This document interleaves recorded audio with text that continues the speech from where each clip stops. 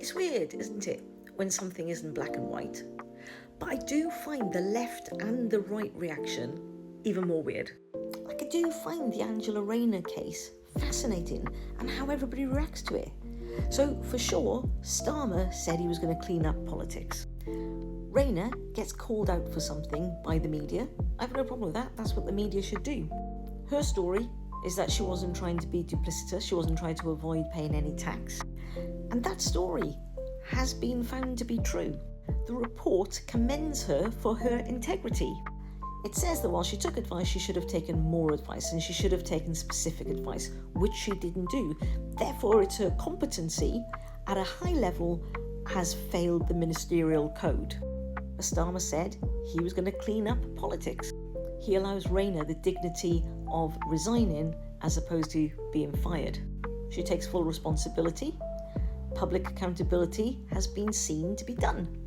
I think she quite rightly questions about the amount of private scrutiny she's come under with the media, especially around her children and stuff like we all saw the picture of her just on a boat at the seaside that was sort of ridiculed on the front pages. I don't think that's scrutiny. That's just harassment, isn't it?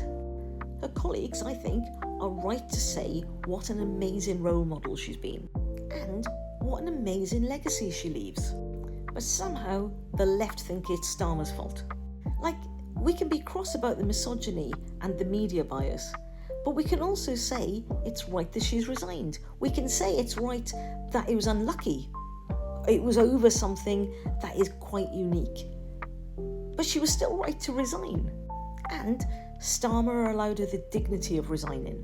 Then we've got the reaction of those on the right.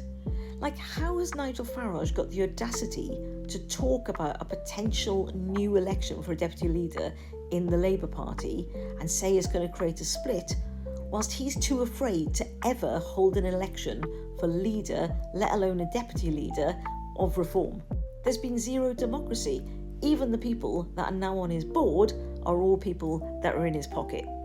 Kemi Badenoch cross because she wasn't fired 3 days ago. Like, I find it bizarre because as soon as Rayner seemingly became aware, albeit via the press, that something had gone wrong, she first of all removed an injunction which invaded her private life, but then also referred herself instantly to the ethics committee. Why should Keir Starmer have sacked her? You want to wait to see what the ethics advisor says. And going back to it, he says Rayner had complete integrity, but from those in public office, we expect a higher level, I guess, of competency. It's like Kemi didn't read the report.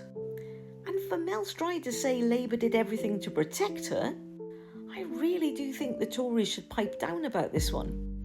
Because these are the people that broke the ministerial code whilst the Tories were in government, who all kept their job, including their leader, our Prime Minister.